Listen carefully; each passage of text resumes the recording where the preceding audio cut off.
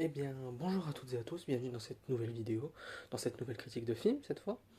Aujourd'hui, on va parler d'un film japonais, un film d'animation japonais, que vous connaissez sûrement, de par son titre qui est très connu.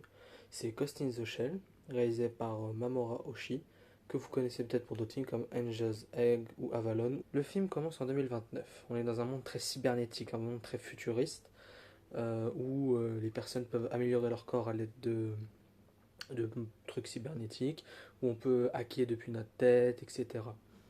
On est précisément à un moment au Japon, où on a un hacker qui se fait appeler Puppet Master, qui apparaît, et qui hack notamment beaucoup de personnes à l'aide dans leur cerveau directement, les tuant, mais aussi en hackant pas mal d'autres choses.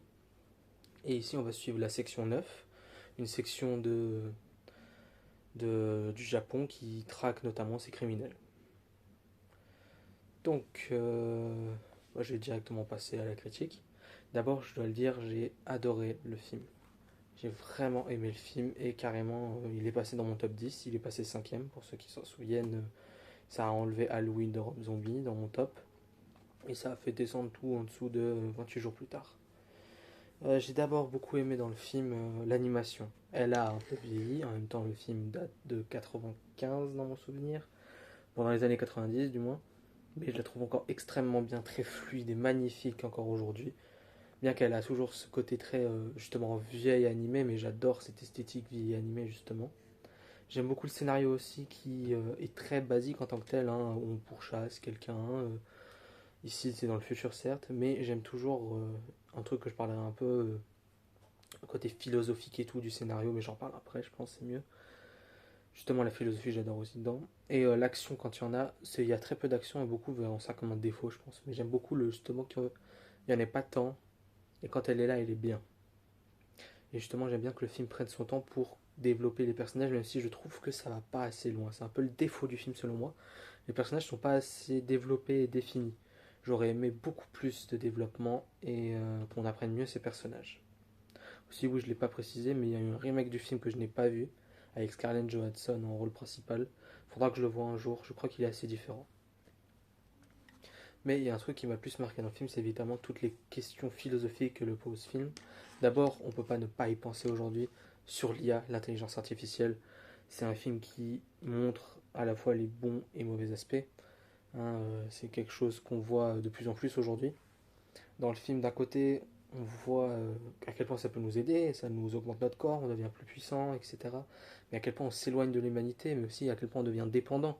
On est tellement dépendant de la technologie dans le film qu'on peut se faire hacker le cerveau et mourir comme ça. C'est quand même fou. Et on peut se dire qu'en plus c'est probable que ça va arriver dans le futur avec des projets d'Elon Musk par exemple.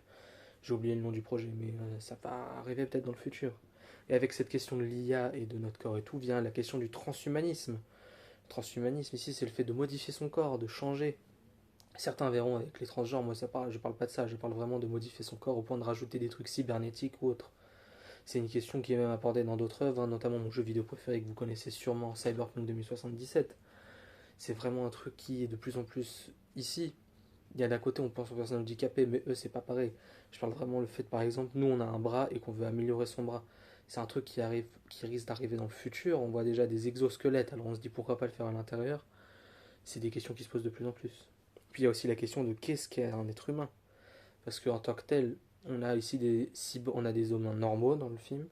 On a par exemple l'un des policiers de la section 9 a simplement le cerveau un peu amélioré, mais tout le reste est normal. D'un autre côté, on a des cyborgs, genre vraiment des personnes qui sont quasiment que des robots, mais qui ont toujours la conscience de l'humain qu'ils étaient avant. Puis on a aussi des robots total qui se prennent pour des humains. C'est notamment le cas de Puppet Master, attention spoiler, où à la fin il demande un asile puisque, avec la fameuse phrase de Descartes, je pense donc je suis. Il est capable de penser, de faire des raisonnements. La seule chose qui lui manque c'est d'avoir des sentiments, mais en tant que tel, si on suit la définition de Descartes, il l'est justement. Et c'est sur ça qu'il va jouer pour avoir l'asile et ne pas être envoyé dans la section 6. Attention spoiler, je ne vais pas non plus trop vous dire.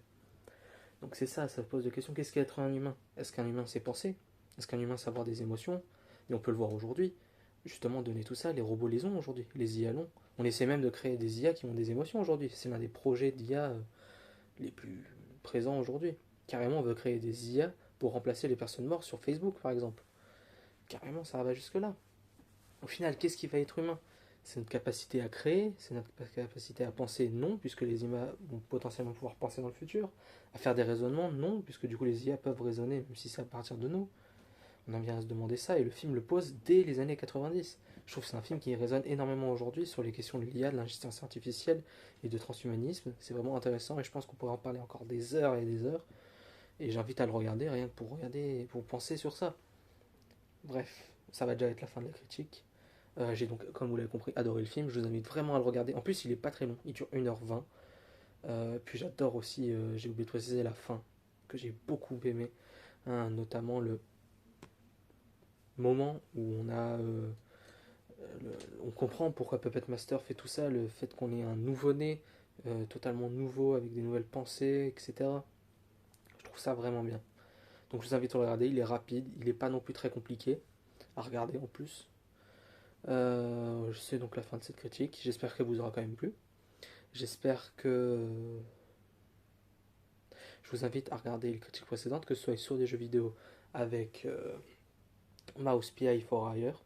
Je vous invite encore peut-être à regarder sur la massacrologie de Deadpool en termes de comics, ou encore sur Jim Queen en tant que dernier film que j'avais fait une critique. Je vous invite à vous abonner et à liker cette vidéo, à vous abonner à mon Letterboxd aussi, et on se retrouve pour une prochaine critique. Au revoir.